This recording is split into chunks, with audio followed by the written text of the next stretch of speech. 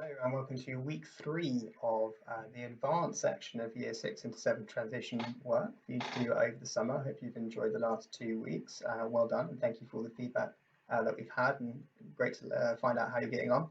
So this week, just to quicken things up, I'll pop the extension question at the top. Okay, so I'll just read it out just so it's not clear. My handwriting isn't brilliant. It's 2a in brackets all squared times a times b times b. So that's an extension of question 3 and a lot of the ideas that we looked at in previous weeks. Okay, so have a go at those. Give it a little pause now, and then I'll flip through to the answers.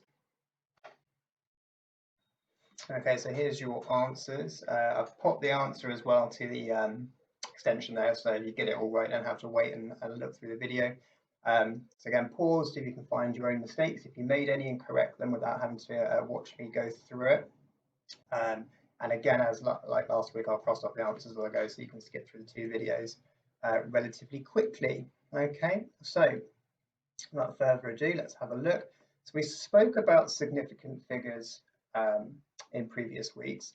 The rules change ever so slightly with decimals, okay, in the fact that when we consider significant figures, so let's think about trying to answer this question literally.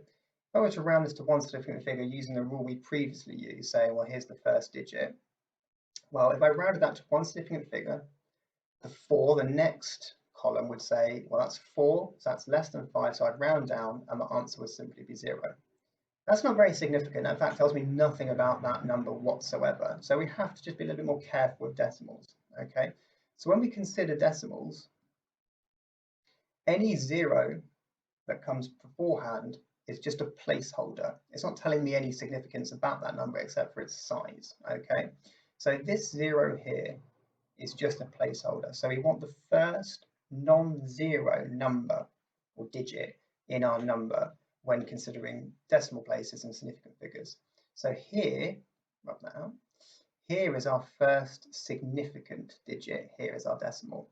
And now the normal rules apply. I look at the next digit, that's a 5. So the question is, am I going to go for 0.4 or 0.5? Well, I'm going to go for 0.5 because on my number line, I'm deciding whether to go to 0.4 or 0.5 with the number 0.458.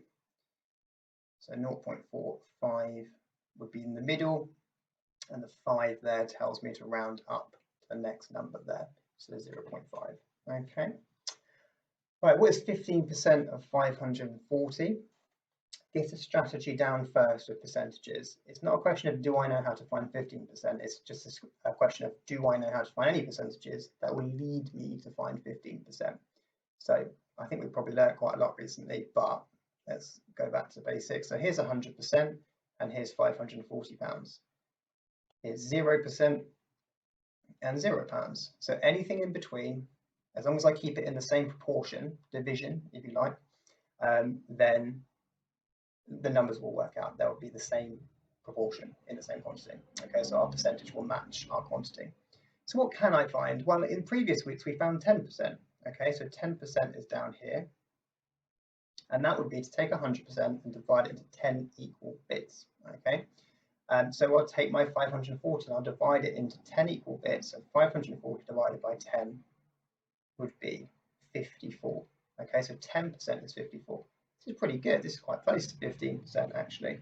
How could I use this? Well, let's have a reduced number line now. Let's look between 0 and 10%. Well, if I looked in the middle, that would be 5%. 5% would be halfway between 0 and 10%. Okay, so I did 10% divided by 2, I get to 5%. I did the same with 54. With 54 divided by 2, I get down to 27. So now I know what 10% of my number is worth. It's worth £54. 100% divided into 10 bits. I now know what 5% is worth. It's 10% halved, broken into 2 bits. That's £27. I wrote that wrong way around, didn't I? £27. So now, if I know 10% and 5%, I can add these percentages up to get my total. So 15%. If you think about it along the number line, it would be like adding. So here's a 5% gap here, adding another 5% on, so it'd be another 27. I'm going to add up my 54 and my 27. So 4 out of 7 is 11, carry the 1. 5 out of 2 is 7, and the 1 more is £81. Okay. And once you get used to those, try the percentages if you like, and see if you can find strategies, 75%, 80%, 95%, things like that. Okay, so for question 3 then, simplify this. So again, we've looked at this in previous weeks. Hopefully we're getting used to the notation that we're going to use. Let's take this in one big go now, rather than breaking it up into lots of little bits. So let's have a look at these first 3 terms. So a times a times a. What we've discussed previously, that is the same as a cubed. So a number times works out 3 times as something cubed. And this bit here is b squared. Okay. And what's the sign in between those 2 terms that we've simplified? Multiplication. And with any algebraic term of a multiplying, then we can just make that a little bit easier for ourselves. So the fully simplified answer would just be to write a cubed b squared. So hopefully if you've had a go at the extension, not quite got the right answer, that might help you out a little bit. Okay. Right, we're going to find the missing terms in what we're going to assume is a linear sequence. Let's draw our numbers. So here I've got 60, there's a question mark in the middle. Somewhere along here is 20. I don't know why I put that there, it should be in the middle, shouldn't it? There we go. And then somewhere here, there's our final number with equal gaps. So our gap between 6 and 20 is 14. So if there's equal gaps, that's half that gap. This must be 2 jumps of 7. So let's check that now then. So 6 adds 7 gets me to 13. 13 adds 7 gets me to 20. And then 20 adds 7 gets me to 27. So our missing numbers are 13 and 27. Okay, so complete the ratio. Now, if you've jumped up from intermediate to advanced this week and you've already done this one, you'd be well in here because we've done a very similar looking one in the intermediate. So 1 to 15. Okay, so currently I've got £16 in our ratio, but now this person here, person A, has got 5 times as much money as they previously did. And I want to keep this in the same proportion. I want to keep this fair in the same ratio, if that ratio is fair. I don't know what they've done for their money.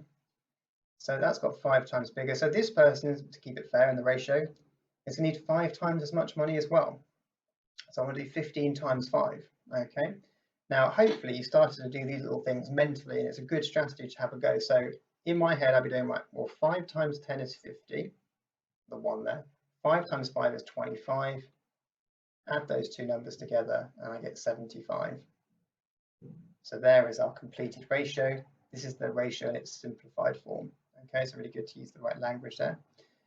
So, well, not crossing these up, am I? Right, question 6.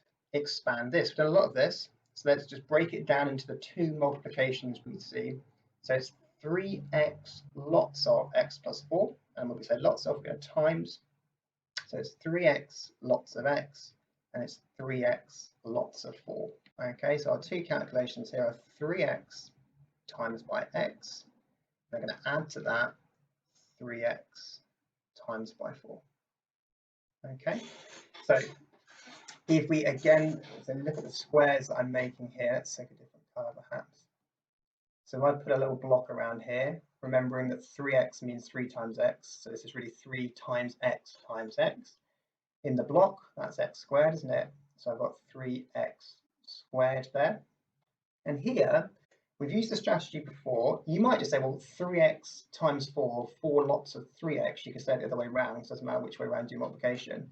You might just go, well, that must be 12 lots of x. Okay. Or if you like, it's 3 times x times 4. So I'll put the times back in there where it isn't written here. I could do multiplication in any order. So that would be the same answer as 3 times 4 times x. I'll get exactly the same number here. And then I can then group this and say that's 12 times x, which is the 12x that we've got over here. Okay, right, so we're going to jump into video 2 now.